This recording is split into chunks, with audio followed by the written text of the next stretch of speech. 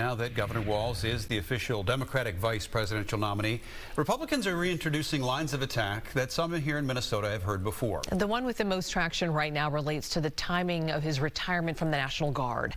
Our Corin Hoggard is joining us now. Corin, you dug into this history with some of these soldiers who served with Walz. So what did you find? Well, Amy and Randy, soldiers, of course, are humans too, just like everybody else. So they don't agree on everything, and they have different perspectives on this. So we also checked the timeline to find the truth as Walz faces these allegations of abandoning his troops. JD Vance launched a new line of attack this week in his political war on Tim Walz. Well, you know what really bothers me about Tim Walz as a Marine who served his country in uniform? When the United States Marine Corps, when the United States of America asked me to go to Iraq to serve my country, I did it. I did what they asked me to do it, and I did it honorably, and I'm very proud of that service.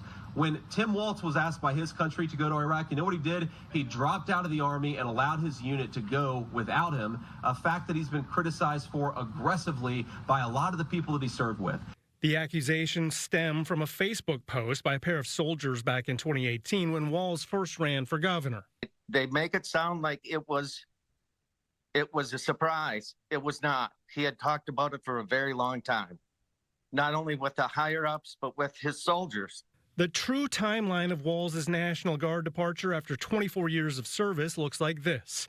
He filed to run for Congress in February 2005. In March, the military raised the possibility of his unit being deployed to Iraq.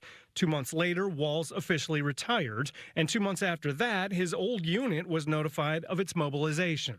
Master Sergeant Thomas Eustace was part of that mobilization. He served with and under Walz for many years in the Guard. He says the governor was a good leader and a good soldier.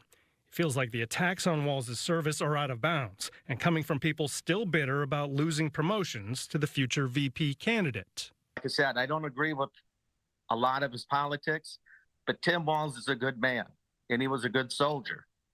And for people to vilify him, it's just not right. And I heard from 3 other members of that unit as well, and they all have issues with his politics, but they said his service was honorable or better. Corin Hoggard, Fox 9.